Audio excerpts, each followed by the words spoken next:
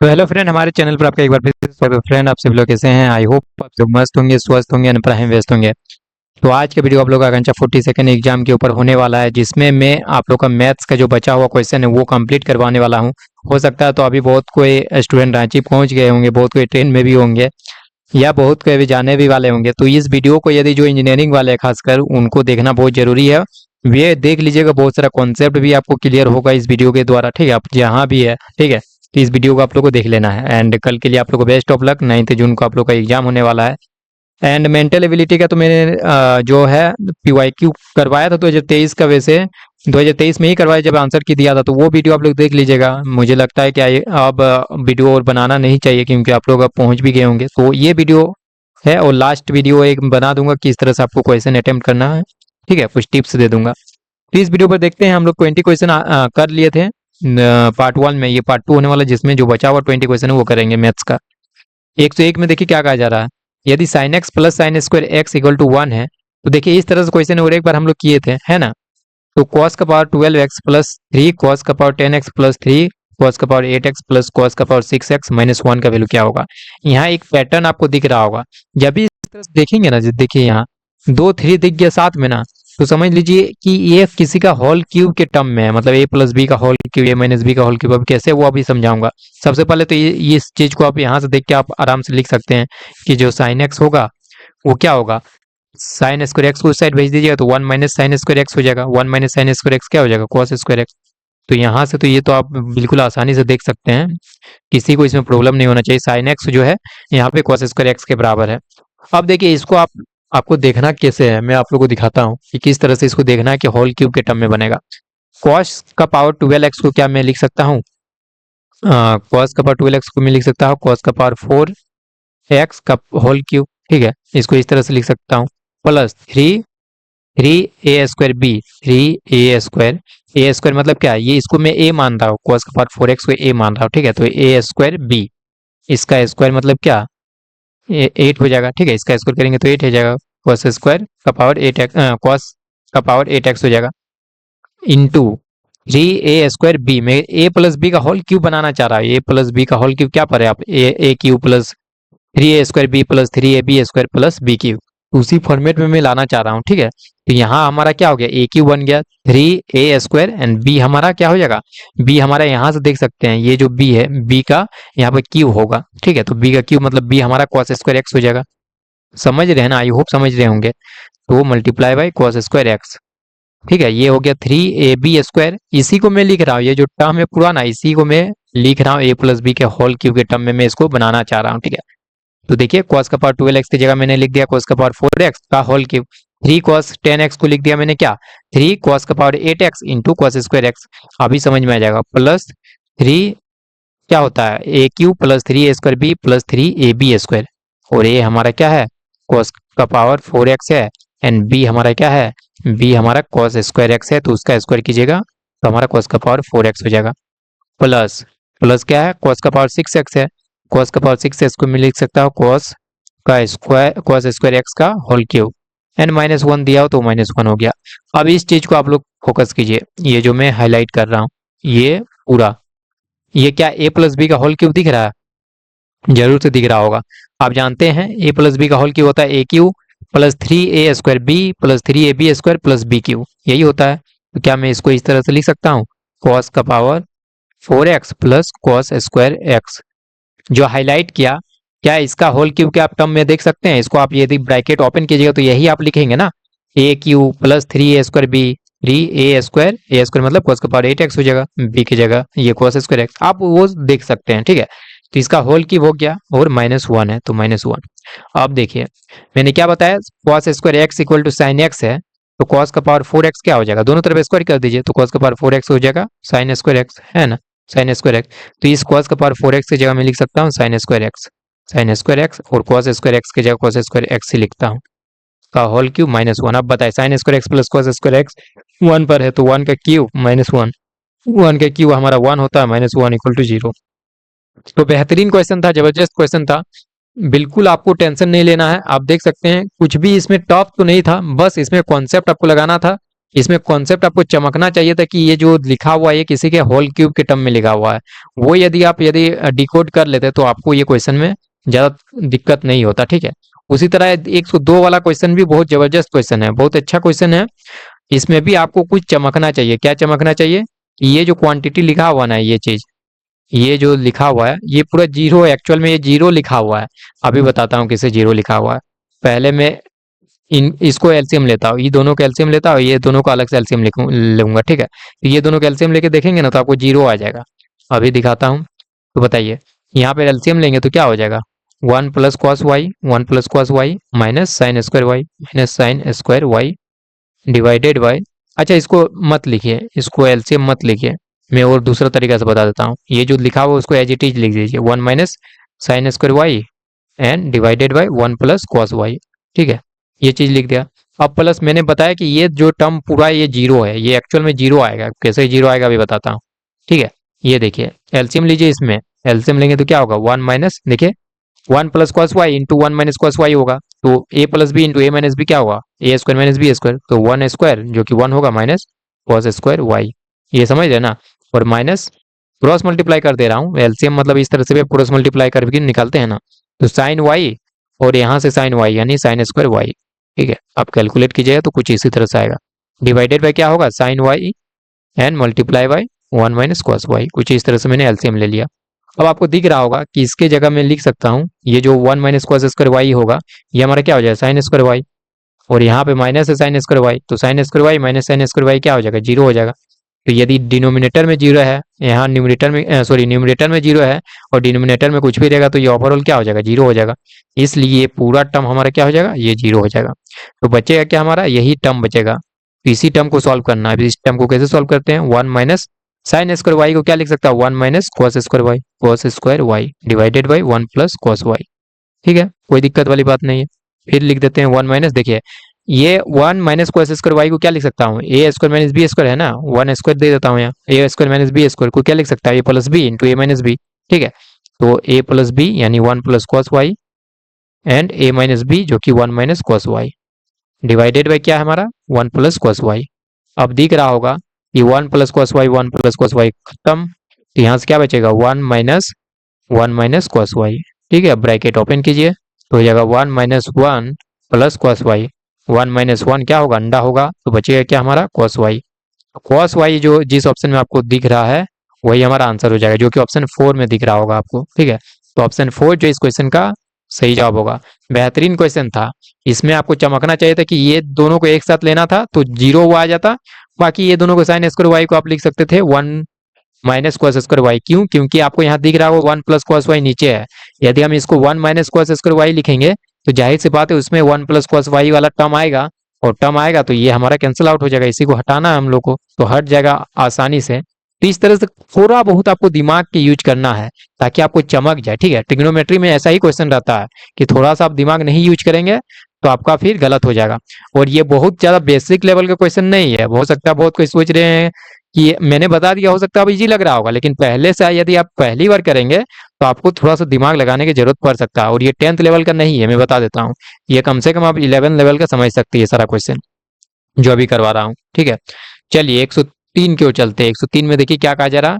6 into sine का power 6 theta plus cos का power 6 theta minus 9 into sine का power 4 theta plus cos का power 4 theta. ये देखते ही बहुत सारे स्टूडेंट छोड़ दिए होंगे कि ये क्या ही पूछ लिया गया, साइन का पावर 6 थीटा प्लस कॉस का पावर 6 थीटा, फिर यहाँ जो है न्यूमेरिकल में आंसर दिया हुआ तो कैसे सॉल्व किया जाए। तो मैं एक आप लोगों को ब्रह्मास्त्र देता हूँ, ठीक है, ब्रह्मास्त्र देता हूँ। इस तरह क्वेश्चन फ्यूचर में भी आ सकता है ना, इसलिए आपको ये तुक्के से बता देता हूँ कि ये फॉर्मूला आपको याद रखना है, ठीक है। साइन का पावर 4 थीटा प्लस कॉस का पावर 4 थीटा, ये किसी को बताने वाला बात नहीं है, ये आपको याद रखना है। 1 माइनस अब कैसे आएगा वो भी मैं बता दूंगा 1 मिनट में, ठीक है। तो 1 minus 2 sine square theta into cos square theta, ये फॉर्मूला सभी को याद होना चाहिए। इंटू है यहाँ, इंटू, ठीक है। इंटू मतलब समझ रहे, मल्टीप्लाई है। एंड उसी तरह साइन का पावर 6 थीटा, साइन का पावर 6 थीटा प्लस कॉस का पावर 6 थीटा इक्वल टू होता है 1 माइनस, यहाँ कुछ डिफरेंस नहीं होता है, यहाँ 2 होता है, यहाँ 3 हो जाता है बस। आई होप आपको याद भी हो गया होगा। 3 sine square theta into cos square theta, ये फॉर्मूला दोनों याद रखना है। साइन का पावर 4 थीटा प्लस कॉस का पावर 4 थीटा इक्वल टू होता है 1 minus 2 sine square into cos square theta.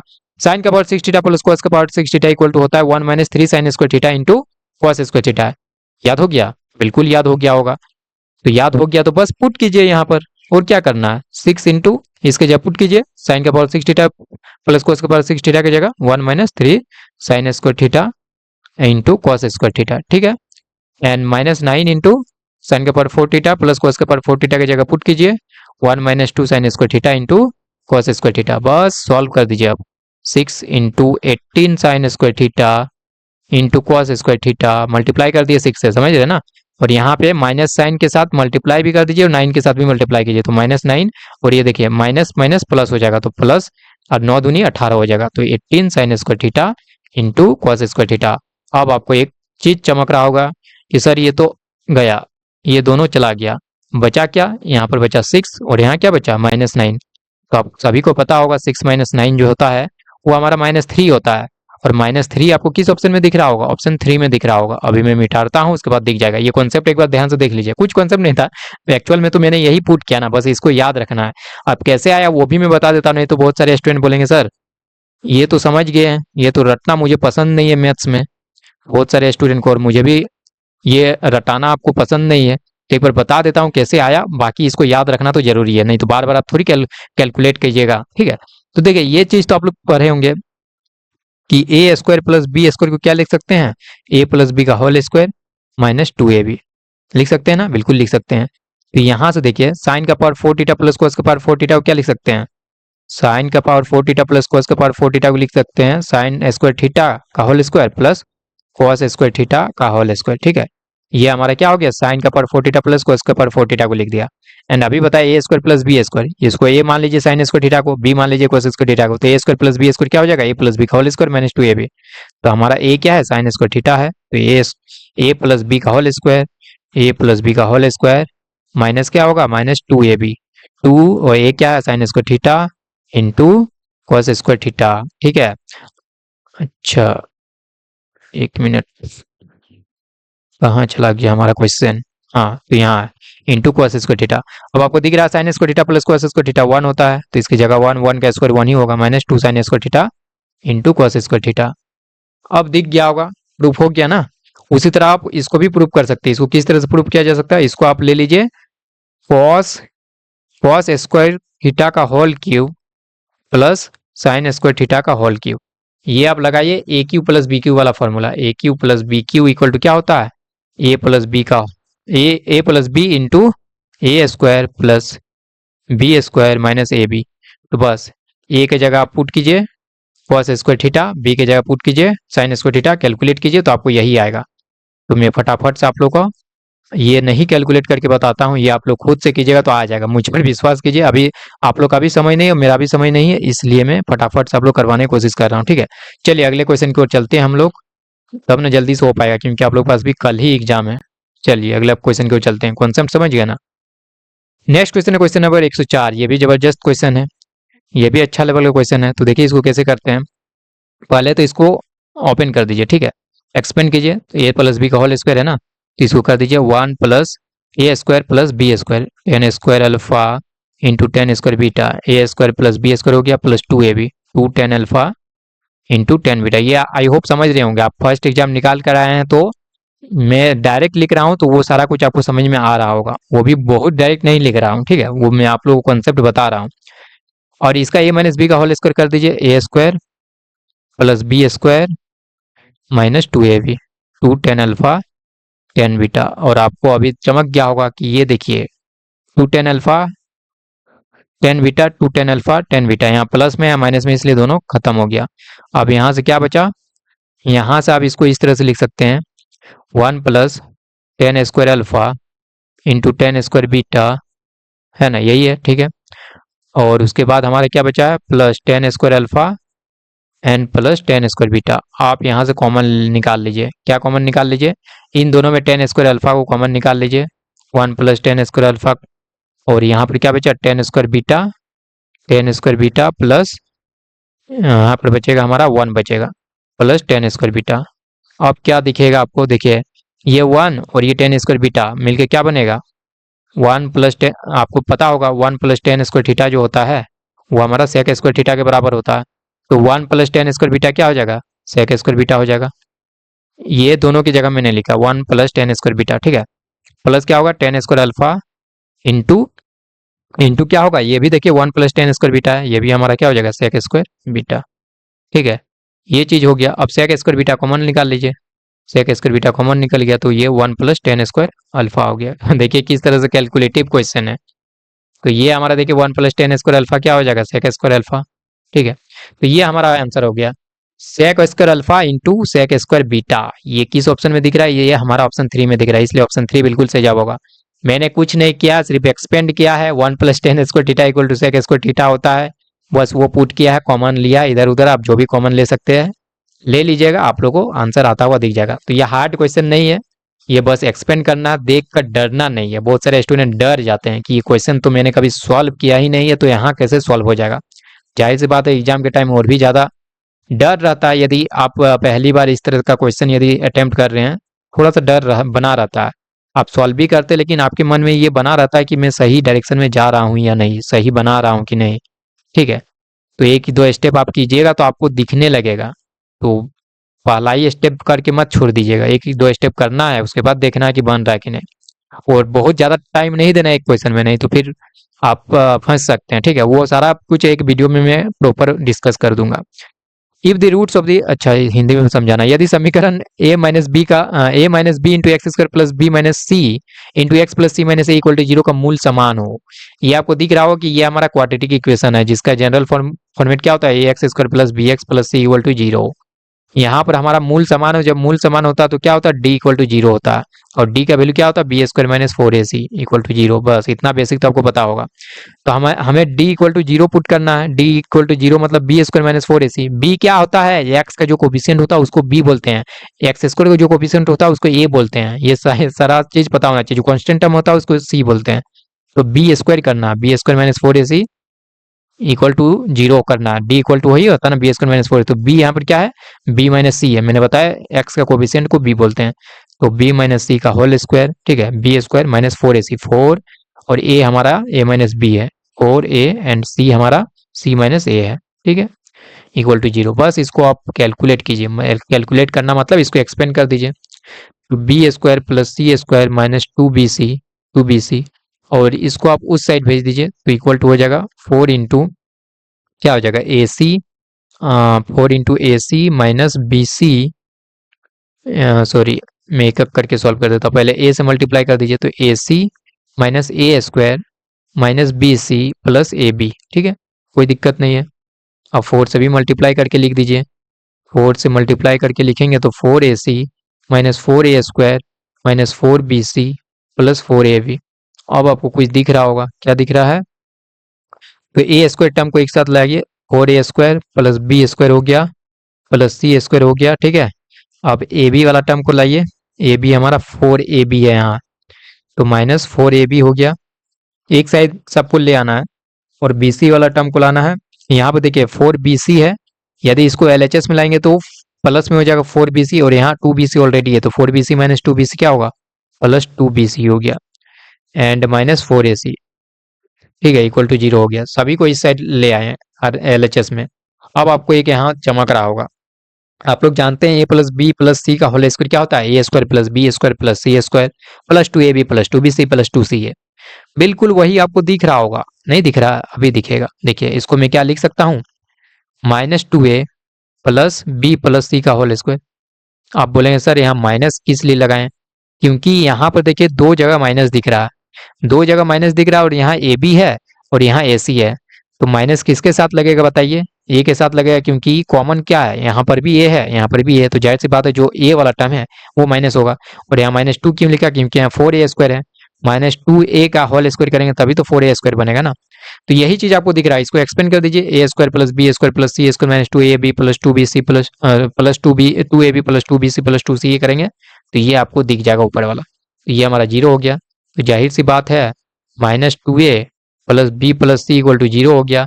यहाँ से हमारा बी प्लस सी जो है वो टू ए के बराबर हो गया। किस ऑप्शन में, B plus C equal to two A, option one में है, तो ऑप्शन वन बिल्कुल सही जवाब होगा। चलिए अगला क्वेश्चन, क्वेश्चन नंबर 106, जो कि प्रोबेबिलिटी का क्वेश्चन है। अच्छा क्वेश्चन है। एक साधारण वर्ष में 53 सोमवार पड़ने की प्रायिकता क्या है? What is the probability that an ordinary year has 53 Mondays? तो कैसे होगा, इस क्वेश्चन को कैसे अटेम्प्ट करेंगे? प्रोबेबिलिटी क्वेश्चन है, अच्छा क्वेश्चन है। आप लोग पता है एक साल में ऑर्डिनरी ईयर बोला गया मतलब कोई लीप ईयर नहीं है, ठीक है, साधारण वर्ष है। तो एक साधारण वर्ष में कितना दिन होता है? 365 डेज होता है, ये सभी को पता है, जिसको हम लोग इस तरह से भी लिख सकते हैं 52 वीक मतलब 52 सप्ताह प्लस 1 डे, यही ना होता है। एक सप्ताह में 7 दिन होता है तो 52 सप्ताह में 364 डे होगा प्लस 1 डे। अब बताए 52 सप्ताह में तो 52 मंडे होगा ही, नो डाउट 52 मंडे होगा, 52 संडे होगा, 52 सभी डे होगा, 7 डे होता है ना, संडे मंडे ट्यूसडे वेडनेसडे, वो सारा 52 तो होगा ही। अब बचा ये एक दिन, ठीक है, 52 तो हो गया ना, 53 मंडे के बाद क्या जा रहा है, 52 मंडे तो यहीं पे आ जाएगा, इसी में 52 मंडे आ जाएगा।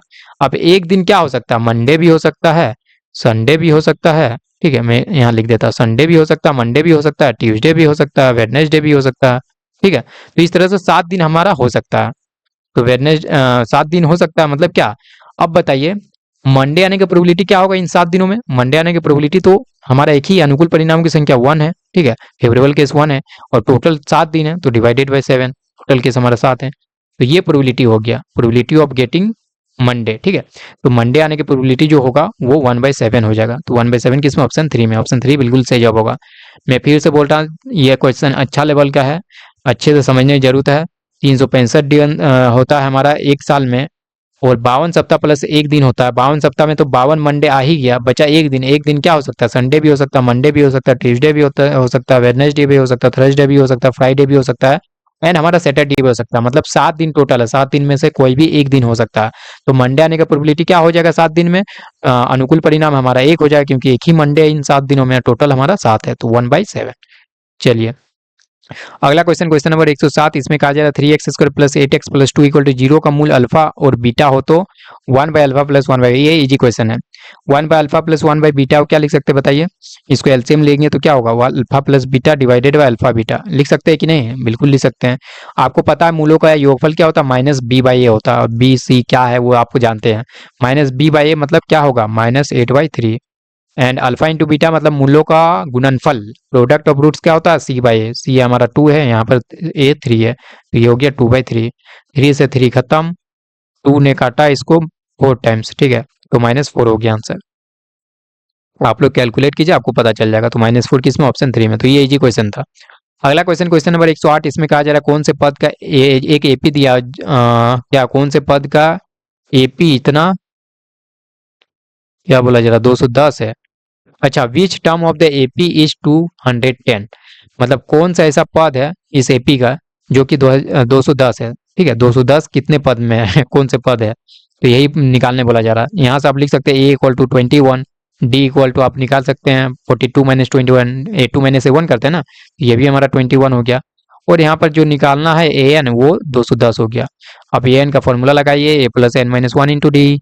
इसमें तो सभी को पता होगा फॉर्मूला, खासकर आपको याद होना चाहिए मुजुबानी। ए की जगह 21 और एन निकालना है, और डी की जगह भी 21। इसको कैलकुलेट कीजिए तो कितना आ जाएगा?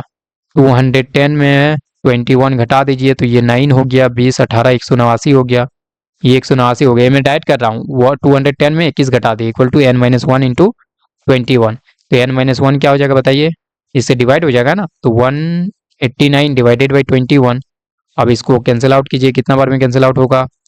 ये अब देख लीजिए, 7 से कैंसिल आउट करते हैं, 7 21 और 7 दूनी 14, 7 7 49, और ये 9 बार में, तो ये हमारा हो गया 9, ठीक है। तो n इक्वल टू यहाँ से हो गया 10, n 1 को उस साइड भेजेगा ना, तो 9 प्लस 1 10 हो गया। तो क्या निकालने बोला जा रहा है? n ही निकालने बोला जा रहा था। तो n हमारा ऑप्शन 1 में 9 है, नहीं ऑप्शन 1 में नहीं है, ऑप्शन 2 में है। ऑप्शन 2 करेक्ट आंसर होगा। 10 आया ना, 10वां पद, 10वां पद जो होगा इस एपी का वो 210 होगा। तो हमारा ऑप्शन नंबर 2 बिल्कुल सही जवाब होगा। तो ये भी इजी क्वेश्चन समझ सकते हैं, क्लास 10th लेवल का, बचपन का क्वेश्चन है। आप क्लास 10th आप लोग के लिए बचपन हो गया, समझ रहे ना। कल तक शायद आपको बचपन नहीं लगेगा कि कल भी आपको क्लास 10th का क्वेश्चन दिखेगा। चलिए नेक्स्ट क्वेश्चन है क्वेश्चन नंबर 109। इसमें कहा जा रहा है एक लीप वर्ष में, अब देखिए फिर से आ गया वही क्वेश्चन प्रोबेबिलिटी का, लेकिन यहाँ पर क्या चेंज है? लीप वर्ष है। 53 रविवार आने की प्रायिकता क्या है? बिल्कुल उसी तरह, लीप ईयर में 366 दिन होता है, तो इसमें 52 वीक 52 सप्ताह प्लस 2 डेज होगा, 2 डेज, ठीक है। 52 सप्ताह में तो 52 हमारा क्या हो जाएगा, संडे आएगा, 52 मंडे भी आएगा, तो यहाँ संडे के बाद क्या जाएगा, तो 52 संडे यहाँ यहीं पे हो गया।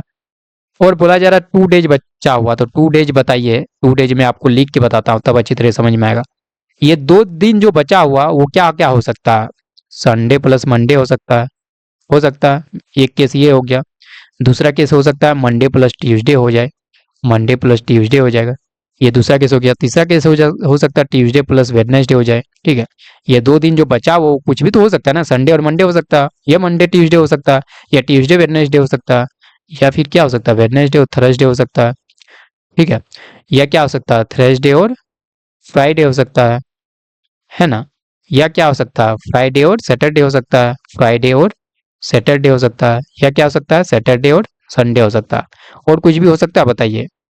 और तो कोई हमारा केस नहीं बन रहा। टोटल कितना केस बना, 1 2 3 4 5 6 7, तो टोटल 7 केस बना। तो प्रोबेबिलिटी क्या हो जाएगा, संडे 53 आने में, यहाँ तो 52 हो गया, बचा ये वाला। यहाँ पर देखिए संडे कितना बार आ रहा है, देखिए एक बार यहाँ आ रहा है संडे और मंडे वाला केस में, और एक केस इसमें आ रहा है सैटरडे प्लस संडे वाला केस में। 2 केस है ऐसा जिसमें हमारा संडे आ रहा है, ठीक है, संडे आ रहा है। तो ये 2 केस है, तो मतलब अनुकूल परिणामों की संख्या 2 हो गया, और कुल परिणाम आप गिन सकते हैं 1 2 3 4 5 6 7 है, तो 2/7 हो जाएगा इसका आंसर, जो कि ऑप्शन 2 में, तो ऑप्शन 2 बिल्कुल सही जवाब होगा। अगले क्वेश्चन की ओर चलते, क्वेश्चन नंबर 110। इसमें क्या कहा जा रहा, सीरीज का जोड़ क्या होगा। ये सीरीज क्या है, सबसे पहले आपको एपी चमकना चाहिए कि ये सीरीज एपी है, क्योंकि यहाँ पर ए जो है वो 25 है, और कॉमन डिफरेंस देखिए यहाँ 3 है, 3 है, ठीक है। अब 28 में 25 घटाइए, 31 में 28 घटाइए, 3 ही आएगा, इसलिए कॉमन डिफरेंस कांस्टेंट है, इसलिए हमारा ये एक एपी हो जाएगा। तो बताइए। और यहाँ ए एन भी दिया हुआ है 100, ए एन को एल से भी डिनोट करते हैं, ठीक है। तो यहाँ एस एन निकालना है, तो एस एन कैसे निकालेंगे, पहले तो एन निकालना होगा तब तो एस एन निकलेगा ना। तो एन निकालिए, ए एन वाला फॉर्मूला यूज कीजिए, a n equal to A plus n minus one into d. मैं इसको यहाँ पर लिख देता हूँ, जो कि यहाँ हमारा जगह बचा हुआ, a n equal to A plus n minus one into d लगाइए। ए एन की जगह पुट कीजिए 100 इक्वल टू ए की जगह पुट कीजिए 25 प्लस एन निकालना है, और डी की जगह पुट कीजिए 3। तो यहाँ बताइए 100 माइनस 25 कीजिए तो 75 हो गया, और ये 3 इधर डिवाइड हो जाएगा equal to N minus one. तो यहाँ से एन इक्वल टू क्या हो जाएगा, एन इक्वल टू देखिए ये हमारा हो गया 25 और एक 26, तो एन इक्वल टू 26 आ गया। तो अब एस एन का फॉर्मूला लगाइए, n/2 into A plus A N. Last time जब भी दिया हो रहा था तो ए प्लस ए एन लगाइए, यदि लास्ट टाइम नहीं दिया हो तो a plus n minus one into d लगाइए। एन की जगह पुट करना 26, ए की जगह पुट करना 25, ए एन की जगह पुट करना हमारा 100। तो ये हमारा 13 हो गया, और ये हमारा 125 हो गया। मल्टीप्लाई कीजिए तो कितना आ जाएगा, 13×5 = 65, हाथ में 6, 13×2 = 26, और 6 हमारा कितना हो जाएगा, 32 हो जाएगा। 13×13 3 16 हो जाएगा। तो 1625 किस में है, ऑप्शन 2 में दिख रहा होगा, तो ऑप्शन 2 जो है इस क्वेश्चन का बिल्कुल सही जवाब हो जाएगा। ऑप्शन 2 किस में है, 1625 किस में, ऑप्शन 2 में है, तो ऑप्शन 2 इस क्वेश्चन का बिल्कुल सही जवाब हो जाएगा। चलिए अगले क्वेश्चन की ओर चलते हैं हम लोग, क्वेश्चन नंबर 111। 111 में देखिए क्या कहा जा रहा है, 111 आप आसानी से समझ सकते हैं। 111 इस तरह से क्वेश्चन मैंने ऑलरेडी जो पहला पार्ट किया था उसमें हम लोग करवाए थे। तो बिंदु 24,11, वाई बिंदुओं पी, मतलब ये इसी टाइप में क्वेश्चन है, किस अनुपात में डिवाइड करेगा। जो पी पॉइंट है उसका कोऑर्डिनेट दिया 2, क्यू पॉइंट का कोऑर्डिनेट दिया 3,7, एक पॉइंट है 24,11, इसको मान लेते हैं ए पॉइंट मान लेते हैं, 24/11, और वाई कोऑर्डिनेट है। ये किस अनुपात में डिवाइड करेगा पी क्यू लाइन को, तो मान लेते हैं M1:M2 के रेशियो में डिवाइड करेगा। तो 24/11 को क्या लिख सकते हैं, ये मैंने पार्ट 1 में भी इस तरह से डिस्कस किया था, 3M1 प्लस क्या लिखेंगे 2M2 divided by M1 plus M2 divided by M1 plus M2, ठीक है। तो यहाँ से कैलकुलेट कीजिए 24M1 plus 24M2, cross multiply कर दिया, ठीक है, क्रॉस मल्टीप्लाई कर दिया, equal to 33M1 plus 22M2। अब बताइए यहाँ से क्या हो जाएगा, कहीं मिस्टेक किया क्या, चलिए बिल्कुल सही है। तो यहाँ से देखिए 24M1 है ना, तो इसको M1 को इस साइड भेज दीजिए RHS में, और LHS में भेज दीजिए इस M2 को। तो 24M2 माइनस इसको भेजेंगे इधर तो माइनस में हो जाएगा ना, यानी कि 2M2 बचेगा। तो 2M2 इक्वल टू क्या हो जाएगा, 33M1 माइनस 24M1, तो ये हो जाएगा 7m1। अब बताइए m1:m2 क्या हो जाएगा, m1:m2, ये m2 को इस साइड भेज दीजिए और 7 को इस साइड, तो 2/7 हो जाएगा। 2/7 किस में है, 2/7 किसी में नहीं दिख रहा, 2/7 ही आ रहा ना। देखिए कहीं मिस्टेक हुआ होगा। 24m1, 2m1 यहाँ हो गया, और ये हमारा अच्छा 33 था, तो ये हमारा 9 हो जाएगा, ये हमारा 9 हो जाएगा, है ना। 33 में 24 घटाना है, तो ये हमारा 9m1 हो गया, तो ये हमारा 9 हो जाएगा, 2/9, जो कि ऑप्शन 2 में दिख रहा होगा। तो ऑप्शन 2 जो है इस क्वेश्चन का बिल्कुल सही जवाब होगा। चलिए अगला क्वेश्चन की ओर चलते हैं। बेहतरीन क्वेश्चन है ये भी, 112 का। 112 देखते क्या है। और अभी समय हो गया है, अंधेरा में बना रहा हूँ वीडियो आप लोग के लिए, क्योंकि कल एग्जाम है, तो एक लाइक करना तो बनता है। मैं थोड़ा लाइट जला लेता हूँ, ठीक है, ताकि मुझे भी दिख सके, तब तब लिखूंगा ना। चलिए इस क्वेश्चन में देखिए क्या कहा जा रहा है। इस क्वेश्चन में कहा जा रहा है, दो नल एक साथ एक टैंक को तीन एक्चुअल में मैं अभी जो है घर आ चुका हूँ, अभी कॉलेज में नहीं हूँ, ठीक है। तो दो नल एक साथ एक टैंक को 3.1/13 घंटे में भर सकते हैं। इसको चेंज करेंगे तो ये हो गया 13×3 = 39, 40/13 घंटा में। 40/13 घंटा में जो है इस टैंक को जो है भरा जा सकता है, दो नल एक साथ मिलकर। यदि एक टैंक को भरने में दूसरे नल से एक टैंक को भरने में दूसरे नल से 3 घंटे अधिक लेता है, मतलब दो नल है, ठीक है, दो नल, यहाँ से पानी टपक रहा है, ठीक है, और एक नल है यहाँ भी पानी टपक रहा है, और एक हम लोग का टैंक है, इसको भरना है। तो ये मान लीजिए ये x घंटा लेता है, तो दूसरा नल कितना 3 घंटा अधिक समय लेता है, तो ये हमारा x+3 घंटा लेता है दूसरा नल। तो प्रत्येक नल टैंक को भरने में कितना समय लेगा, तो प्रत्येक नल टैंक को भरने में कितना समय लेगा ये पूछा जा रहा है। तो देखिए इसको कैसे बनाते हैं। मान लीजिए जो पहला टैंक है, ठीक है, सॉरी पहला नल है, टैंक नहीं, पहला नल है, वो कितना घंटा ले रहा है, अब नल को ये टैंक को भरने में x घंटा, x आवर्स ले रहा, ठीक है। x घंटा में वो जो है, मान लेते हैं x घंटा में वो पूरा नल को पूरा टैंक को भर लेता है, तो उसका कैपेसिटी क्या हो जाएगा, मतलब x घंटा में वो पूरा नल को भर रहा है, पूरा नल को भर रहा है, ठीक है, पूरा नल को भर रहा है, तो 1 घंटा में वो कितना, 1 घंटा में नल के कितना भाग को भर पाएगा, नल का 1/x भाग को भर पाएगा, समझ रहे हैं ना। 1 घंटा में जो नल 1 है वो टैंक का 1/x भाग जो है भर पाएगा, क्योंकि x घंटा में पूरा नल भर रहा, तो 1 घंटा में 1/x भाग ही भर पाएगा टैंक का, ठीक है। उसी तरह जो नल 2 है वो टैंक को भरने में कितना समय ले रहा है, उसको माने हैं x/3, क्योंकि 3 घंटा अधिक समय लेता है दूसरा नल, ठीक है। तो बताइए x+3 घंटा में ये एक नल को पूरी तरह, एक टैंक को पूरी तरह से भर दे रहा, तो 1 घंटा में कितना भाग भरेगा, 1/x+3। ये 1 घंटा में भरेगा दूसरा नल 1/x+3, तो टोटल अब दोनों मिलकर 1 घंटा में कितना भरेगा, ये 1 घंटा में भरता है 1/x, और ये 1 घंटा में भरता है 1/x+3, तो ये 1 घंटा में इतना भरा है। और यहाँ पर पूरा नल दोनों मिलकर कितना घंटा में भर रहा है, 40/13 घंटा में, 40/13 घंटा में। यदि 1 घंटा में इतना भर रहा तो 40/13 घंटा में ये पूरा नल भर जाएगा, ठीक है। तो ये हमारा 1 हो गया। अब इसको कैलकुलेट करना है, कैलकुलेट करने के बाद आप x = 5 मिलेगा। मैं कैलकुलेट नहीं कर रहा हूँ, यहाँ कैलकुलेट करने के बाद x = 5 मिलेगा। यदि x = 5 मतलब पहला जो नल है वो x = 5 यानी 5 घंटा ले रहा है, और दूसरा नल जो है वो इससे 3 घंटा अधिक समय यानी 8 घंटा लेगा, तो ऑप्शन 1 बिल्कुल सही जवाब होगा। बाकी ऑप्शन से भी इसको चेक किया जा सकता था, क्योंकि इन दोनों का डिफरेंस क्या होना चाहिए, 3 होना चाहिए, क्योंकि एक नल जो है दूसरे नल से 3 घंटा अधिक समय ले रहा है, तो यही दोनों में 3 का डिफरेंस है। बाकी देखिए ऑप्शन थर्ड में भी, ऑप्शन थर्ड में आपको 3 का डिफरेंस नहीं है, इस 4 और ये 9 है, इसमें 3 का डिफरेंस ऑप्शन 2 में भी, ठीक है। इसको आई होप आप कैलकुलेट कर सकते हैं, एक्स का वैल्यू आपको निकल जाएगा। चलिए अगले क्वेश्चन को चलते हैं। Question number 113। मैं बहुत ज़्यादा डिटेल में बताने लगूँ तो और मुझे लगता है कि 1 घंटा समय चला जाएगा, इसलिए मैं थोड़ा ये कर रहा हूँ, जल्दी कर रहा हूँ। यदि दो समांतर, क्योंकि अपलोड करने में भी अभी समय लगेगा, ठीक है, तो यदि दो समांतर श्रेणियों के प्रथम n पदों की योगफलों का अनुपात ये दिया हुआ है 7 + 1 = 4n + 27 है, तो उनके 9वें पदों का अनुपात क्या होगा। तो देखिए मैं आपको सबसे पहले एक ट्रिक बताता हूँ, ये आपको याद होना चाहिए, ठीक है। मैं एक मूल मंत्र बताता हूँ, Sn ये यहाँ बता देता, ठीक है। यदि एस एन और एस एन डैश मतलब दो आपका, जैसे यहाँ पर दिया गया दो समांतर श्रेणी का प्रथम, दो समांतर श्रेणी रहेगा, पहला समांतर श्रेणी का जो सम है वो एस एन और दूसरा समांतर श्रेणी का सम जो है एस डैश एन है।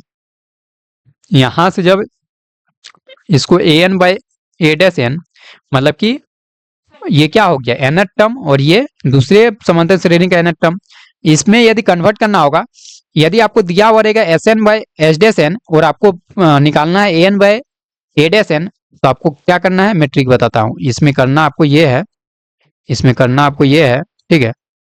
इसमें ये किया जा सकता है कि एन को आप, जो एन है ना, इस एन को आप 2n-1 से चेंज कर देना है। और यदि आपको रिवर्स प्रोसेस चलना है कि आपको a n by a dash n दिया हुआ और s N by s dash n जाना है, तो आपको यहाँ पर क्या करना है, एन को चेंज कर देना है, एन को चेंज कर देना है इसमें n+1/2 से। लेकिन यहाँ पर मेरे को क्या दिया गया है, मेरे को दिया गया S N by H dash N जो कि दिया हुआ 7n+1 डिवाइडेड बाई 4n+27। समझ रहे ये चीज दिया हुआ है। और मेरे को चाहिए क्या, a n by a dash n, वो निकाल लीजिए, फिर एन की जगह पुट कर दीजिएगा 9। तो a n by a dash n क्या लिख सकता हूँ, मैंने बताया s N by S N dash दिया हुआ है और a n by a n dash लाना है, तो एन को चेंज कर देना किस में 2n-1 से। तो जो यहाँ पे एन दिख रहा ना, एन को चेंज कर दीजिए 2n-1 के साथ।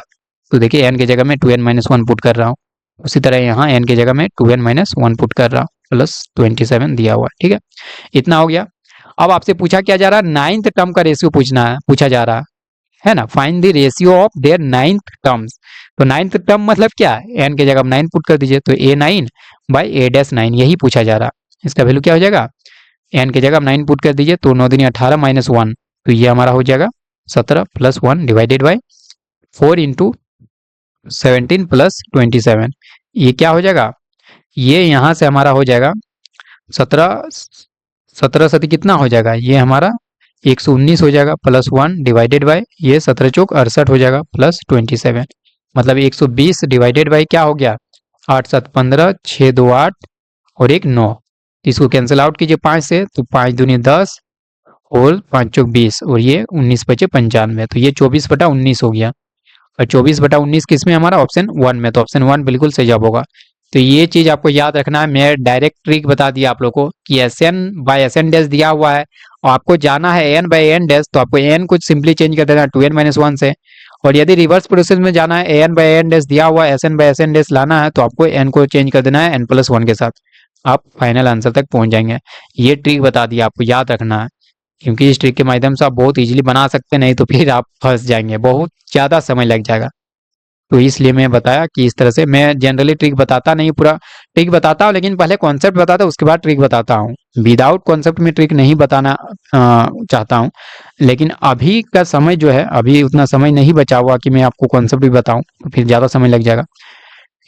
चलिए हम लोग नेक्स्ट क्वेश्चन की ओर आगे चलते हैं। क्वेश्चन नंबर 114, इसमें क्या कहा जा रहा है, देखिए इसमें कहा जा रहा है एक मोटर बोट जिसकी स्थिर जल में चाल 18 किलोमीटर प्रति घंटा है, 24 किलोमीटर धारा के प्रतिकूल जाने में वही दूरी धारा के अनुकूल जाने की अपेक्षा 1 घंटा अधिक लेती है।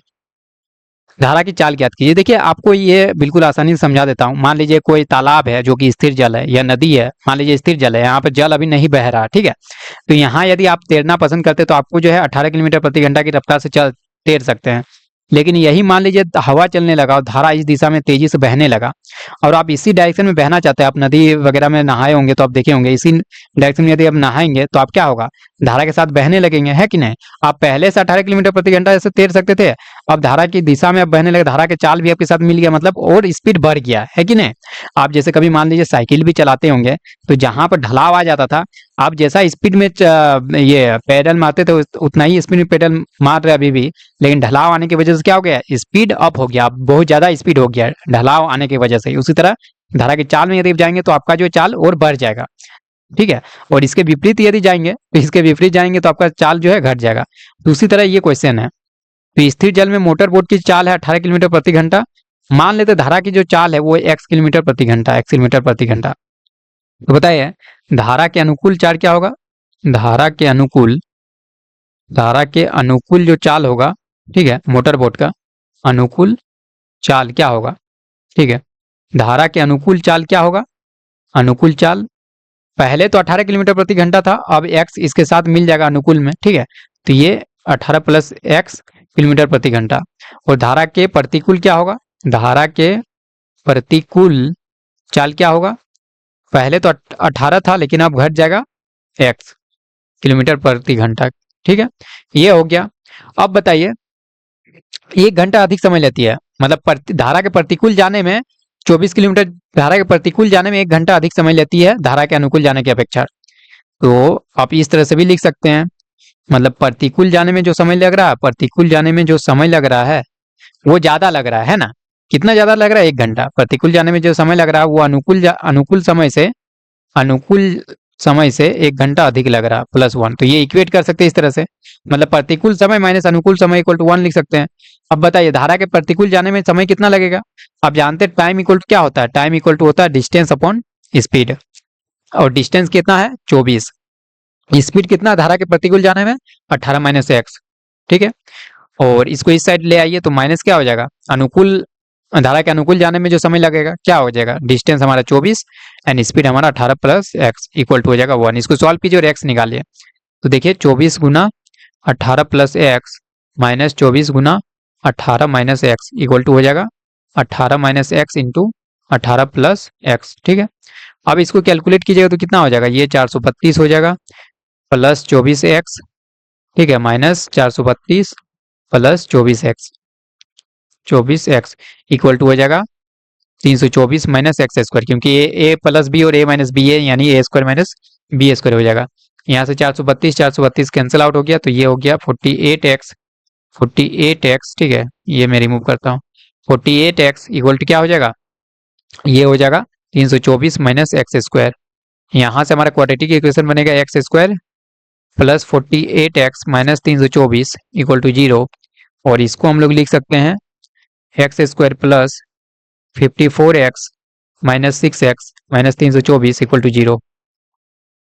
यहाँ से आप कॉमन निकाल सकते हैं, यहाँ से आप क्या कॉमन निकाल सकते हैं, यहाँ से आप कॉमन निकाल लीजिए 54x, ठीक है, सॉरी, यहाँ से x कॉमन निकालिए, यहाँ से आप x कॉमन निकालिए तो x प्लस 54 बचेगा, और यहाँ 6 कॉमन निकालिए तो x प्लस 54 बचेगा। तो यहाँ से आप सॉल्व कीजिए तो आपको क्या आ जाएगा, x plus 54 and x minus 6। तो यहाँ से x का जो दो वैल्यू होगा, यहाँ से तो माइनस 54 आएगा x इक्वल टू, और यहाँ से x इक्वल टू 6 आएगा। तो x इक्वल टू 6 हमारा पॉजिटिव आ रहा है, तो यही हमारा आंसर हो जाएगा, ठीक है। धारा की चाल जो है 6 किलोमीटर प्रति घंटा हो जाएगा। जो किस ऑप्शन में दिख रहा है वो आपका ऑप्शन नंबर 1 में ही दिख रहा होगा, ठीक है, दिखा देता हूँ। ये ऑप्शन 1 में है, तो ऑप्शन 1 बिल्कुल सही जवाब होगा, 6 किलोमीटर प्रति घंटा।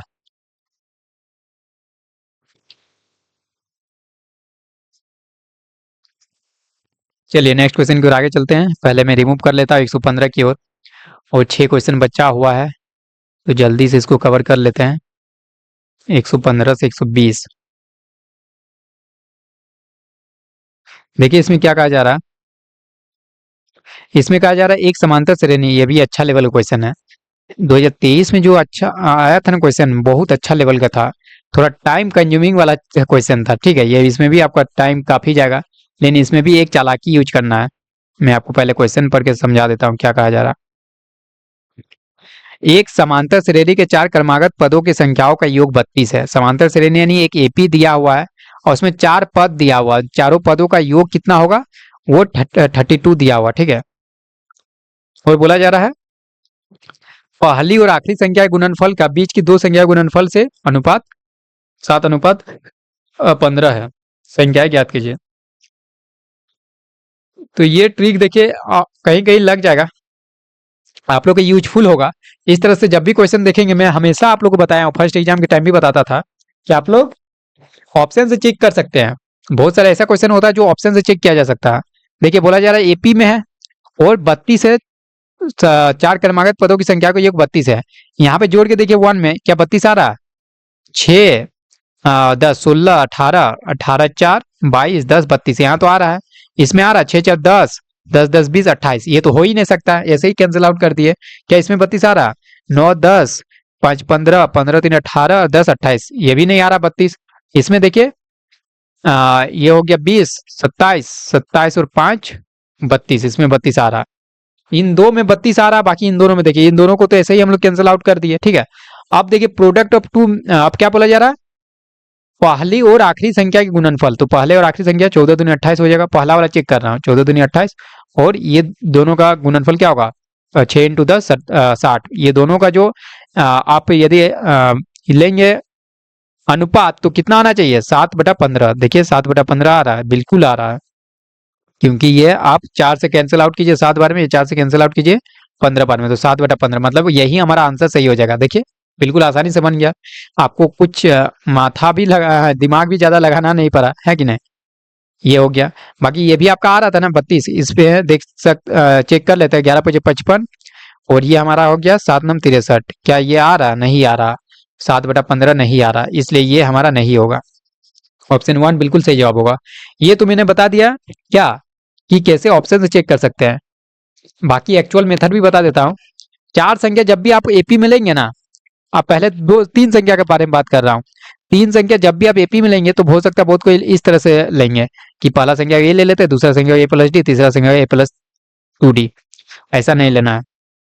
तो कैसा लेना है सर, लेना इस तरह से, पहला संख्या को a-d, जब तीन संख्या को लेना है तब a और a+d। यहाँ पर जो पहला टर्म है, ये आप ध्यान देना, पहला टर्म ए नहीं है, पहला टर्म ये है, फर्स्ट टर्म ये है, ठीक है, फर्स्ट टर्म ये है, और यहाँ कॉमन डिफरेंस जो है वो कॉमन डिफरेंस डी है। आप देख सकते हैं सेकंड टर्म में फर्स्ट टर्म को घटाए तो कॉमन डिफरेंस डी आ जाएगा। तो तीन तीन टर्म को इस तरह से ले सकते हैं, लेकिन यहाँ तो चार टर्म है, तो चार टर्म को कैसे लेंगे, तो याद रखिए चार टर्म को आप इस तरह से लिख सकते हैं, a-3d, a+d, सॉरी a-d, ठीक है, a-d, a+d एंड a+3d। जब भी चार संख्याओं को लेना पड़ेगा एपी में, तो कुछ इस तरह से आपको मानना है। क्वेश्चन इजी हो जाएगा, 100% इजी होगा, बहुत इजी हो जाएगा, ठीक है। और यहाँ यदि मैं फर्स्ट टर्म का बात किया जाए, फर्स्ट टर्म, तो आप क्या बोलेंगे, फर्स्ट टर्म ए नहीं बोलना है, यहाँ a-3d बोलना है, a-3d, ठीक है। और यदि कॉमन डिफरेंस पूछा जाए, कॉमन डिफरेंस, ठीक है, कॉमन डिफरेंस यदि पूछा जाए, तो डी नहीं बोलना है, क्या बोलना है, इन सेकेंड टर्म को फर्स्ट टर्म को घटाइए, सेकेंड टर्म में फर्स्ट टर्म को घटाएंगे, a-d -a+3d, तो क्या आएगा, ये आएगा 2d। तो यहाँ पर कॉमन डिफरेंस जो है 2d होगा, ठीक है। ये सारा कुछ आप जान गए, नहीं तो बहुत कोई गलती कर देते हैं, फाइनल तक पहुंच जाते हैं, उसके बाद कॉमन डिफरेंस को डी ही पुट करते हैं। डी नहीं पुट करना, डी की जगह 2d पुट करना है, क्योंकि यहाँ कॉमन डिफरेंस हमारा 2d आएगा। अब देखिए क्या कहा जा रहा है, क्वेश्चन के अनुसार हम लोग चलते हैं। चार हमारा क्रमागत एपी हो गया, और इसका पदों का योग 32 है, सबको जोड़ दीजिए तो क्या होगा, 3d से 3d कैंसिल हो जाएगा, मतलब अब इस तरह से जोड़ दीजिए ना, a-3d plus a-d plus a+d plus a+3d equal to क्या है, 32 दिया हुआ है। ये 3d कैंसिल आउट हो गया है, -d से +d कैंसिल आउट हो गया, तो यहाँ से 4a = 32 आ गया, तो यहाँ से a = क्या हो जाएगा, 8 हो जाएगा। बहुत इजीली a का वैल्यू निकल गया। आप यदि मानते हैं कि चार क्रमागत एपी जो है a+d, a+2d, a+3d, कभी आप निकाल ही नहीं पाते, बहुत मुश्किल का सामना करना पड़ता है आपको। तो ये डायरेक्ट निकल गया। अब दूसरा में क्या कहा जा रहा है, पहले और आखिरी संख्या का गुणनफल। तो पहला संख्या ये है a-3d और a+3d आखिरी संख्या है, तो इन दोनों गुणनफल क्या हो जाएगा, a-3d और a+3d, और बीच में जो दो है उनका गुणनफल का रेशियो लेना है, तो a-d इंटू a+d, और इसका वैल्यू क्या दिया हुआ, इसका वैल्यू दिया 7/15, ठीक है, इतना दिया हुआ। अब बस कैलकुलेट कीजिए और आंसर पाइए। यहाँ से देखिए a-d plus sorry a+b into a-b वाला फॉर्मूला है, तो a-3d प्लस इंटू a+3d क्या होगा, a² - b², a² - 9d², ये आपको पता होगा। नीचे भी बिल्कुल उसी तरह a² - d² equal to 7/15, cross multiply करके लिख दीजिए, 15 a² - 135 d² equal to 7a² - 7d²। अब देखिए ये कैलकुलेट कीजिए, 8a² इक्वल टू हो जाएगा हमारा 128 d²। यहाँ से हमारा हो गया, इसको कैंसिल आउट कीजिएगा तो कितना बार में, 8 × 8 4 8 6 48, तो a² हो गया 16 d² के बराबर। यानी कि आप लिख सकते हैं a इक्वल टू हो गया 4d, ठीक है, a इक्वल टू 4d हो गया है, यानी यहाँ से d इक्वल टू हो गया a/4, a/4, a का वैल्यू 8 है, यहाँ पे a का वैल्यू 8 है, तो यहाँ से d हमारा निकल गया, d निकल गया 2, तो a निकल गया, d निकल गया। क्या a फर्स्ट टर्म है, नहीं, मैंने अभी कुछ पहले ही लिखवा दिया था कि a फर्स्ट टर्म नहीं है। क्या d कॉमन डिफरेंस, नहीं, कॉमन डिफरेंस तो हमारा 2d है, तो यहाँ पर फर्स्ट टर्म क्या है, फर्स्ट टर्म देखिए a माइनस थ्री डी है, तो a माइनस थ्री डी कीजिएगा मतलब 8 माइनस 6 कीजिएगा। तो पहला टर्म हमारा देखिए ना a माइनस थ्री डी, ए हमारा 8 है ना, a माइनस थ्री डी जो कि फर्स्ट टर्म होगा, तो 8 माइनस थ्री डी मतलब 6, तो 8 माइनस 6 कीजिएगा तो 2 हो जाएगा पहला टर्म। और दूसरा टर्म क्या हो जाएगा, दूसरा टर्म आप कॉमन डिफरेंस जोड़ दीजिए इसमें, तो 2 प्लस कॉमन डिफरेंस क्या है 2d, और d कितना है 2 है, तो 2 दूनी 4 2 6, तो इस तरह से हमारा कॉमन डिफरेंस क्या आ गया, कॉमन डिफरेंस एक्चुअल में हमारा 2d है जो कि 4 होगा। तो फिर 10 फिर 14 जो कि ऑप्शन 1 में दिख रहा है, ऑप्शन 1 बिल्कुल सही जवाब होगा। तो इस तरह से आप जाएंगे तो कितना लेंथी क्वेश्चन हो गया समझ लीजिए। तो इस क्वेश्चन को आप कैसे बना सकते हैं कम टाइम में, जो मैंने ट्रिक बताया कि ऑप्शन चेकआउट कर लीजिएगा इस टाइप में, जब भी क्वेश्चन आएगा बहुत सारा क्वेश्चन का आंसर आप ऑप्शन के द्वारा बना सकते हैं। चलिए अगले क्वेश्चन की ओर चलते हैं। खतरनाक क्वेश्चन इस बार आया था 2023 में, लेकिन मानना पड़ेगा। 116 की ओर देखते हैं। दिए गए आकृति में ओ केंद्र, मैथ तो खतरनाक आता ही है थोड़ा स्पीड आप लोग को बढ़ाना पड़ेगा, ठीक है। नीचे दिए गए आकृति में ओ केंद्र वाले वृत्त के पीक्यू एक जीवा है। देखिए यहाँ पर जो पीक्यू दिया दिख रहा है वो जीवा है, पीटी एक स्पर्श रेखा है, जो पीटी वो एक स्पर्श रेखा है। यदि एंगल क्यूपीटी ये वाला एंगल बोला जा रहा है, ये 60 डिग्री है, तो एंगल पी आर क्यू, ये एंगल पूछा जा रहा है, पी आर क्यू ये वाला एंगल क्या होगा। तो देखिए इसमें एक बेसिक कॉन्सेप्ट का यूज होगा जो कि आप क्लास 9th में पढ़े होंगे, कि जो एक चाप द्वारा बनाया गया, एक चाप द्वारा केंद्र पर बनाया गया कोण वृत्त के किसी अन्य भाग पर बनाए गए कोण के दुगुना होता है, ये पता होगा। अब देखिए मैं इस क्वेश्चन को कैसे अटेम्प्ट करता हूँ। आप जानते हैं जो त्रिज्या होती है वो स्पर्श रेखा पर लंब होती है, तो आपको दिख रहा है ना ओपी जो है त्रिज्या है, ये ओपी जो है ये त्रिज्या है, और ये स्पर्श रेखा, तो ये स्पर्श रेखा पर क्या होती है लंब होती है। तो ये तो हमारा 90 डिग्री हो गया, ये 90 डिग्री हो गया, और ये एंगल कितना दिया 60, तो बचा हुआ एंगल ये वाला कितना बचेगा, ये वाला एंगल मैं किसी और कलर में दिखाता हूँ। ये जो कलर में ब्लू कलर में दिखा रहा है ये कितना हो जाएगा, ये पूरा 90 और ये 60 है, तो बचा हुआ एंगल 30 डिग्री हो जाएगा। तो मैं यहाँ पर हटाता हूँ सबको और ये 30 डिग्री लिख देता हूँ यहाँ, ये 30 डिग्री हो जाएगा, ठीक है। अब बताइए ये ओपी भी रेडियस है, ओक्यू भी रेडियस है, मतलब ये समद्विबाहु त्रिभुज हो गया, तो आमने सामने भुजा का जो एंगल है वो भी इक्वल होगा, ये 30 है तो ये एंगल भी हमारा 30 हो जाएगा। त्रिभुज के तीनों कोनों का ये 180 डिग्री होता है, तो जो ओ पास एंगल बन रहा है वो कितना हो जाएगा, ये 30 30 60 हो गया, तो बचा हुआ एंगल 120 डिग्री हो गया। समझ रहे हैं, मैं सबको मिटा देता हूँ और फिर से लिख देता हूँ कि ये जो एंगल होगा, ये एंगल ये वाला एंगल ये हमारा 120 डिग्री होगा। ये 120 डिग्री होगा तो ये वाला एंगल कितना होगा, ये आप जानते हैं पूरा एंगल 360 होता है, तो 360 में 120 घटाए 240 हो जाएगा। मैं फिर से मिटाता हूँ और लिखता हूँ, ये जो एंगल है ये वाला एंगल ये 240 डिग्री होगा। अब ध्यान देने वाली बात यह है कि इस चाप को देखिए, पीक्यू चाप को देखिए, ये वाला चाप, तो आप जानते हैं किसी चाप द्वारा केंद्र बनाया गया कोण जो कि 240 है, वृत्त के किसी अन्य भाग पर बनाए गए कोण का दुगुना होता है। तो वृत्त के किसी अन्य भाग पर क्या कोण बन रहा है, एक यही वाला ना एंगल पी आर क्यू, इसका दोगुना होगा 2 times angle P R Q, ठीक है। अब एंगल पी आर क्यू कितना हो जाएगा, एंगल पी आर क्यू जो होगा 240 डिवाइडेड बाई 2 यानी 120 डिग्री, जो कि आपका 120 डिग्री ऑप्शन 3 में है, तो ऑप्शन 3 बिल्कुल सही जवाब होगा। तो कॉन्सेप्चुअल क्वेश्चन है और इस टाइप का क्वेश्चन मैंने करवाया हुआ है, सफलता बैच में स्टूडेंट्स आज जुड़े होंगे तो आपको पता होगा, ठीक है। चलिए अगला क्वेश्चन, क्वेश्चन नंबर 117। ये प्रोबेबिलिटी का इजी क्वेश्चन है।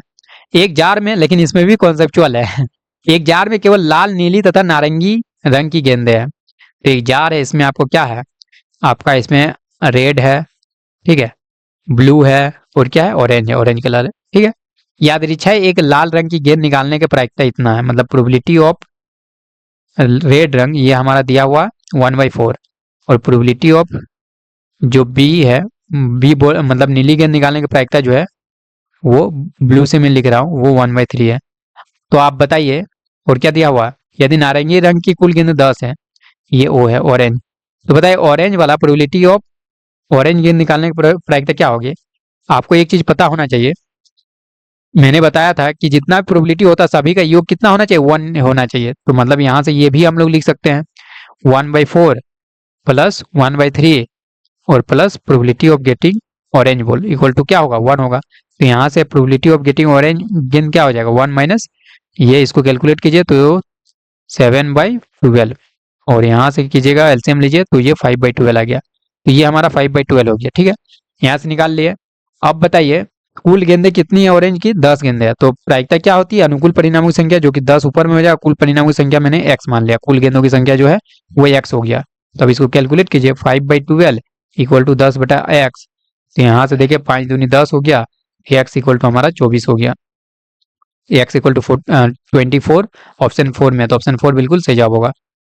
यहाँ से देखिए 118, 119, 120 दिख नहीं रहा है, तो मैं क्या करता हूँ, दूसरे सेट में दिख रहा है तो दूसरे सेट वाला क्वेश्चन उठा लेता हूँ, ठीक है। चलिए बने रहिए।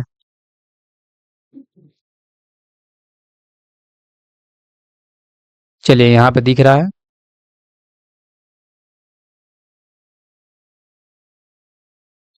यहाँ पे दिख रहा है, ये हमारा 118 नंबर वाला क्वेश्चन है, 118 नंबर वाला। इसमें क्या कहा जा रहा है देखिए, इसमें कहा जा रहा है ए बी तथा सी एक समांतर चतुर्भुज ABCD, मतलब एक समांतर चतुर्भुज है, ठीक है। ये आयत जैसा दिख रहा होगा, इस समांतर चतुर्भुज कंसीडर कीजिए, ABCD। ए का कोऑर्डिनेट दिया 1,2, बी का कोऑर्डिनेट दिया 4,3, सी का कोऑर्डिनेट दिया 6,6 एंड डी का कोऑर्डिनेट नहीं दिया, x,y मान लेते हैं।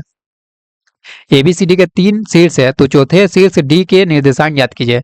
इसको निकालने के लिए मैं आपको एक तरीका बताता हूँ। ये समांतर चतुर्भुज, आयत मत समझ लीजिएगा, मैं फिर से ड्रॉ कर देता हूँ समांतर चतुर्भुज जैसा दिख नहीं रहा एक्चुअल में, तो कुछ इस तरह से मैं ड्रॉ कर देता हूँ ताकि ये समांतर चतुर्भुज दिखे आपको।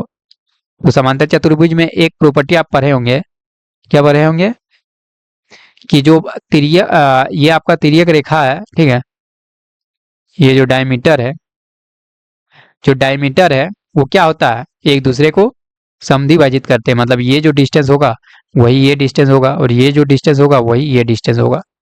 तो ये मिड पॉइंट का आप कैसे निकाल सकते हैं, मिड पॉइंट वाला फॉर्मूला लगा दीजिए। ए और सी का मिड पॉइंट क्या होगा, वही हमारा बी और डी का मिड पॉइंट होगा, तो पहले ए और सी में लगाइए। तो मिड पॉइंट का फॉर्मूला आप जानते हैं ना, x1 plus x2 divided by 2 होता है, coma y1 plus y2 divided by 2 होता है।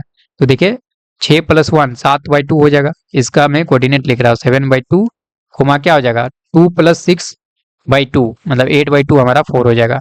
ये हो गया इसका कोऑर्डिनेट। अब इसको दूसरा तरीके से भी लिख सकते हैं, बी और डी के पॉइंट के थ्रू भी लिख सकते हैं। तो जो 7/2 होगा वही हमारा क्या हो जाएगा 4 + x 4 + x/2। तो यहाँ से x इक्वल टू क्या आ गया, यहाँ से x इक्वल टू 3 निकल गया। उसी तरह 4 इक्वल टू क्या हो गया, ये जो 4 है ये क्या हो जाएगा y+3 डिवाइडेड बाई 2। तो यहाँ से y इक्वल टू क्या हो जाएगा 8 - 3 जो कि हमारा 5 हो जाएगा। तो ये x इक्वल टू 3 आया और ये 5 है और y इक्वल टू 5 हो गया, तो x, y क्या हो जाएगा 3,5। 3,5 किसमें, ऑप्शन 2 में है, तो ऑप्शन 2 इसका क्वेश्चन नंबर 118 का करेक्ट आंसर होगा। 119 की ओर चलते हैं, जो कि ये हमारा 119 नंबर वाला क्वेश्चन है। इसमें कहा जा रहा है एक शंक्वाकार बर्तन जिसके आधार की त्रिज्या 5 सेंटीमीटर है तथा ऊंचाई इतना है। तो शंकु एक, ठीक है, शंकु है एक जिसका त्रिज्या को मान लेता r जो कि 5 सेंटीमीटर है एंड इसका ऊंचाई को h मान लेता जो कि 24 सेंटीमीटर है। पानी से भरा हुआ उस पानी को एक बेलनाकार बेलनाकार बर्तन जिसकी त्रिज्या में कैपिटल R मान लेता है जो कि 10 सेंटीमीटर है और इसका ऊंचाई को कैपिटल H मान लेता हूँ। बेलनाकार बर्तन में कितनी ऊंचाई तक पानी भर जाएगा ये निकालना है। जब इस तरह से आपको क्वेश्चन आएगा ना कि एक शेप को दूसरे शेप में चेंज कर दिया जा रहा है या इसमें पानी भर के दूसरे पानी भर दिया जा रहा है दूसरे शेप में, तो हमेशा क्या करना, आयतन को इक्वेट कर देना है। तो शंकु का जो आयतन होगा वही बेलन का आयतन करना है। तो शंकु का आयतन क्या होता है, शंकु का आयतन होता है 1/3 पाई r स्क्वायर एच। यहाँ आर और एच कौन सा यूज करना, मैंने जो लिखा वही इक्वल टू हो जाएगा बेलन का आयतन। बेलन का आयतन आयतन होता है पाई r स्क्वायर एच, लेकिन यहाँ आर क्या, कैपिटल आर यूज करना है, पाई r स्क्वायर एच, और कैपिटल एच यूज करना है, कैपिटल एच का ही वैल्यू फाइंड करना है। पाई से पाई खत्म हो गया, अब पुट कर दीजिए 1/3 r स्क्वायर जो कि 5 का स्क्वायर 25 हो जाएगा इंटू एच यानी 24 इक्वल टू हो जाएगा कैपिटल आर स्क्वायर 100 हो जाएगा इंटू कैपिटल एच। ये 25 चुक 100 हो जाएगा और ये 6 चुक 24 हो गया और ये 3 दूनी 6 हो गया, मतलब एच इक्वल टू हमारा 2 आ गया। आप कैलकुलेट कीजिएगा तो एच इक्वल टू 2 दिख जाएगा, ठीक है। तो ऑप्शन 3 करेक्ट आंसर होगा। चलिए आज का लास्ट क्वेश्चन, क्वेश्चन नंबर 120, ये 120 नंबर क्वेश्चन है, ठीक है। देखिए इसमें क्या कहा जा रहा है, इसमें कहा जा रहा है k के किस मान के लिए बहुपद 3x थ्री एक्स का power 4 minus 9x³ plus x square plus 15x plus के 3x² माइनस 5 से पूर्णतः विभाजित होता है। तो ये तो सिंपल आपको डिवाइड करना है, और डिवाइड करने वाला क्वेश्चन आजकल बहुत पूछा जा रहा है सेकेंड एग्जाम में। तो इसको क्या करना है, 3x² माइनस 5 से डिवाइड करना है 3x का पावर 4 माइनस 3x का power 4 minus 9x³ plus x square plus 15x plus के। मतलब शेषफल नहीं बचना चाहिए। पूर्णतः विभाजित होने का मतलब क्या, शेषफल नहीं बचना चाहिए, शेषफल 0 होना चाहिए। तो डिवाइड कीजिए तो क्या होगा, डिवाइड करना तो आता है। ये 3x का पावर 4 को कैसे कैंसिल आउट करेंगे, एक्स स्क्वायर से यदि मल्टीप्लाई करेंगे इसको तो 3x का power 4 and minus 5 x square हो गया, ये माइनस प्लस, ठीक है, ये खत्म हो गया। यहाँ बचेगा माइनस 9x³ और यहाँ बचेगा x square plus 5x square, ये 6x स्क्वायर हो जाएगा प्लस 15x प्लस के। अब माइनस 9x³ को हटाना है तो मतलब मल्टीप्लाई करना किससे होगा, माइनस 3x से, 3x से। तो इसको लिख सकते हैं minus 9x³ and plus 15x, ठीक है। ये देखिए माइनस प्लस, माइनस है तो प्लस, प्लस है तो माइनस, ये खत्म हो गया। यहाँ बचेगा 6x स्क्वायर और यहाँ पे हमारा बचेगा माइनस, अच्छा ये देखिए plus 15x minus 15x cancel out हो गया, प्लस के बचेगा, ठीक है। अब 6x स्क्वायर को हटाना तो मतलब यहाँ 2 से मल्टीप्लाई करना होगा, तो ये हमारा 6x स्क्वायर हो गया प्लस सॉरी माइनस 10 हो जाएगा, ठीक है, माइनस 10, ठीक है। अब देखिए ये माइनस और ये प्लस, ये खत्म हो गया तो बचेगा क्या, के प्लस 10। यही हमारा शेषफल हुआ ना, लेकिन शेषफल को क्या होना चाहिए, 0, मतलब कि के प्लस 10 को होना चाहिए 0। यहाँ से हमारा के इक्वल टू माइनस 10 होगा, ठीक है। तो के का ही वैल्यू पूछा जा रहा था जो कि माइनस 10 होगा, ऑप्शन नंबर 2 में दिया हुआ है। तो ऑप्शन 2 बिल्कुल सही जवाब होगा। तो इस तरह से हम लोग 120 नंबर तक भी कर लिए क्वेश्चन। आई होप आप लोगों को समझ में आ गया होगा एंड बहुत सारा कॉन्सेप्ट भी क्लियर हुआ होगा, ठीक है। तो चलिए आज के लिए इतना ही रखते हैं। बेस्ट ऑफ लक कल के एग्जाम के लिए। चलिए बाय बाय सभी को।